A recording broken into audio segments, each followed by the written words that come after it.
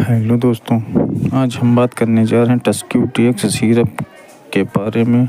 टस्क्यू-डीएक्स syrup doctor के द्वारा निर्धारित की जाने वाली दवा है जो लिक्विड दवाओं के रूप में मिलती है।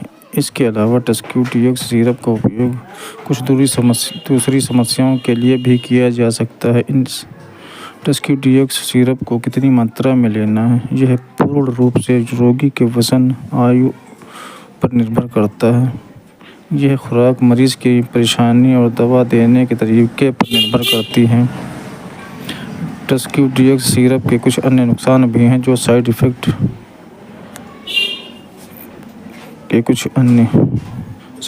भी हो सकते हैं, जो इस वीडियो के अंत में जानेंगे।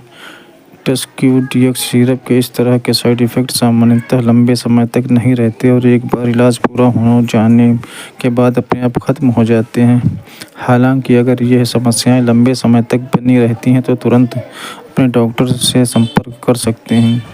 यह भी जानना ज़रूरी है कि टस्क्यू-डीएक्स सिरप का प्रभाव गर्भवती महिलाओं पर गंभीर है और स्तनपान कराने वाली महिलाओं के लिए गंभीर है।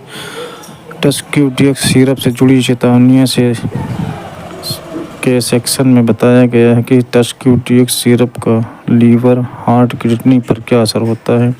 अगर आपको पहले से ही कुछ समस्याएं हैं तो इस दवा का उपयोग ना करें, इससे दुष्परिणाम हो सकते हैं। हृदय रोग, काला मोतियाबिंद इन समस्याओं के कुछ उदाहरण हैं। आगे ऐसी अन्य समस्याएं भी आप जानेंगे जिनमें टस्क्यू-डीएक्स सिरप लेने से आपको दुष्प्रभाव अनुभव हो सकता है। टस्क्यू सिरप का उपयोग सर्दी, जुकाम, बंद नाक, खांसी, सूखी खांसी, ब्रोंकाइटिस, नाक बहना जैसी बीमारियों में किया जाता है। टस्क्यू-डीएक्स सिरप की खुराक और इस्तेमाल करने का तरीका। टस्क्यू-डीएक्स सिरप उम्र के हिसाब से, वजन के हिसाब से आप डॉक्टर की सलाह के अनुसार इस्तेमाल कर सकते हैं। यह अधिकतर मामलों में दी जाने वाली टस्क्यू-डीएक्स सिरप की खुराक है। कृपया याद रखें कि हर रोगी और उनका मामला अलग हो सकता है, इसीलिए दवाई देने के तरीके, रोगी की आयु, रोगी का चिकित्सा इतिहास और अन्य कारकों के आधार पर टस्क्यू-डीएक्स सिरप की खुराक अलग हो सकती है। बीमारियों से ग्रस्त हों तो टस्क्यू-डीएक्स सिरप न लें या सावधानी बरतें।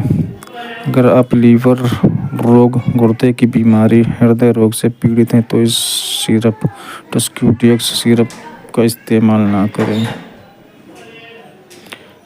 वीडियो को अंत तक देखने के लिए आप सभी लोगों का बहुत बहुत धन्यवाद।